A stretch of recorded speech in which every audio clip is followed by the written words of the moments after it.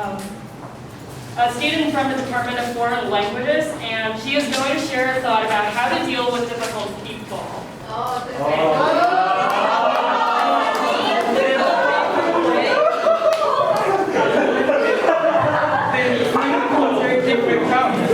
Dealing with I think something happened with the download. It's okay. We'll assume it's difficult to read, and it's also a topic today. How to deal with difficult people. Obviously, actually, I'm a person of experience, but I'm not a saint or God. I'm not able to give the most adequate suggestions, but my presentation today is based on my experiences and how I break down how people socialize with each other and some ways you can maybe rethink in a different perspective, since I offer probably a different perspective than the rest of you. Okay, so before I start, I want you guys to imagine a scenario. So imagine you're in an elective class, you really need the 2 credits, and you are randomly assigned to a group. And one of the team members just keep having different opinions than you. And you realize it's really hard to work with this person. You think this person is a difficult person. And you're probably like, he wants to work on this thing tomorrow and he wants to present it this way, but I want to present it in a different way. And you eventually realize you can't come to a consensus at all. So you just give up, you decide not to say anything because being a functioning member of society, it's very normal to not argue with someone on the spot. So you just decide to walk away. And you close the door and you leave. But the moment you leave, you think, I should have said that thing before I left. I would totally got him. I'm sure that everyone has a similar experience to me and a similar experience to this, and maybe you even have, in fact, thought of somebody that reminded you of this scenario.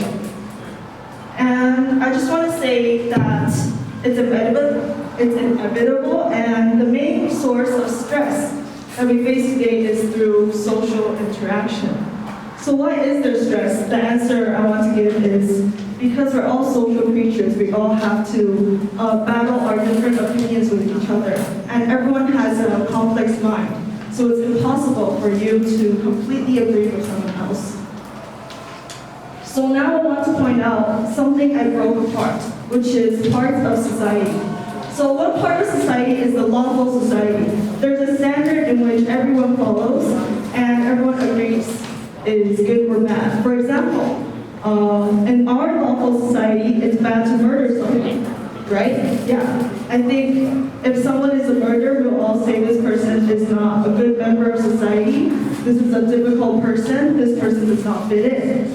But maybe in a different society, for example, in the island where everyone is cannibal, for them, it's okay to murder and in fact eat people. And for them, maybe they value something that's more similar to society, working together in society and teamwork, and less of eating people is bad. So they have something that maybe our society doesn't have. Our society has a lot of dissociation, a lot of arguments, but maybe the land of the cannibals, even though we think they're very bad, they have very good teamwork, very good social harmony with each other, as long as they don't hit each other. Yeah, and that's why I believe that lawful society, there is no perfect lawful society yet. Every single society has a different set of laws, and which is why we can compare it to an ethical society. An ethical society is also something that we define, but I think it's more of a top of the umbrella term. Like there's ethics, and then below that is law. And what we tend to think about is the thing I'm doing ethical? If not, is it disagreeing with someone else? Sometimes you decide to go with your own ethics, no matter if it makes it difficult for other people to work with you, no matter if the other person is difficult. So does true justice exist? I believe not. I'm not that optimistic about it, because I believe that law and ethics do not go together. And I don't think there is something that is fundamentally right and fundamentally wrong. And I think that this will be something that you'll realize when you discuss with people with different ideas. So you can't really see that you meet a difficult person, so you want to deal with it. And this is also what most people think about, the perspective of, oh, how do I deal with this person? So the first one is the power of love.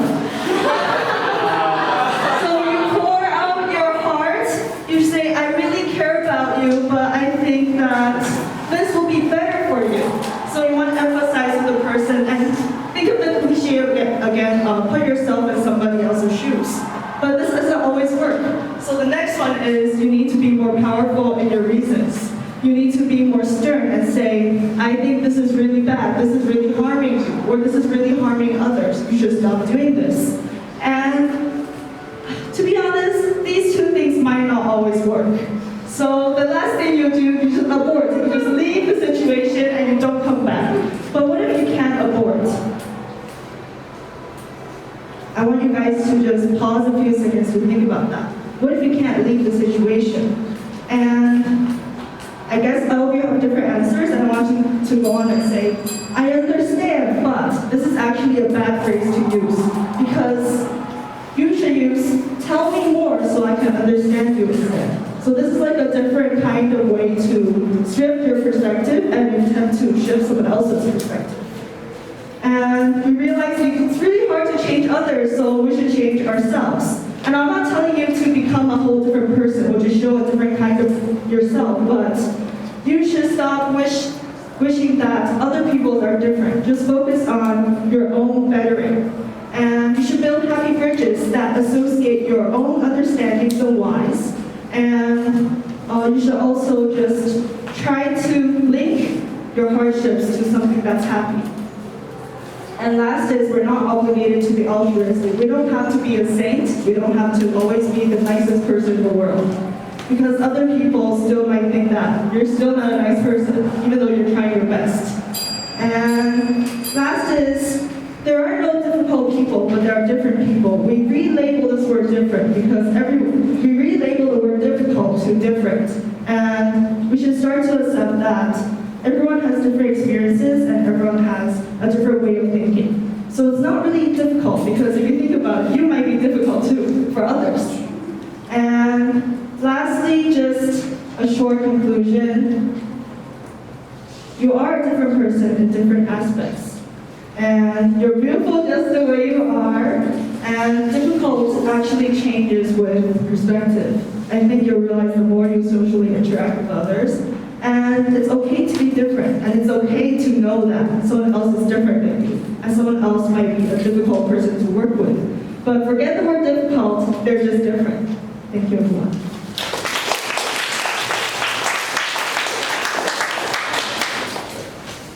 Thank you, Kira. We've all been there with dealing with the difficult people. You know what?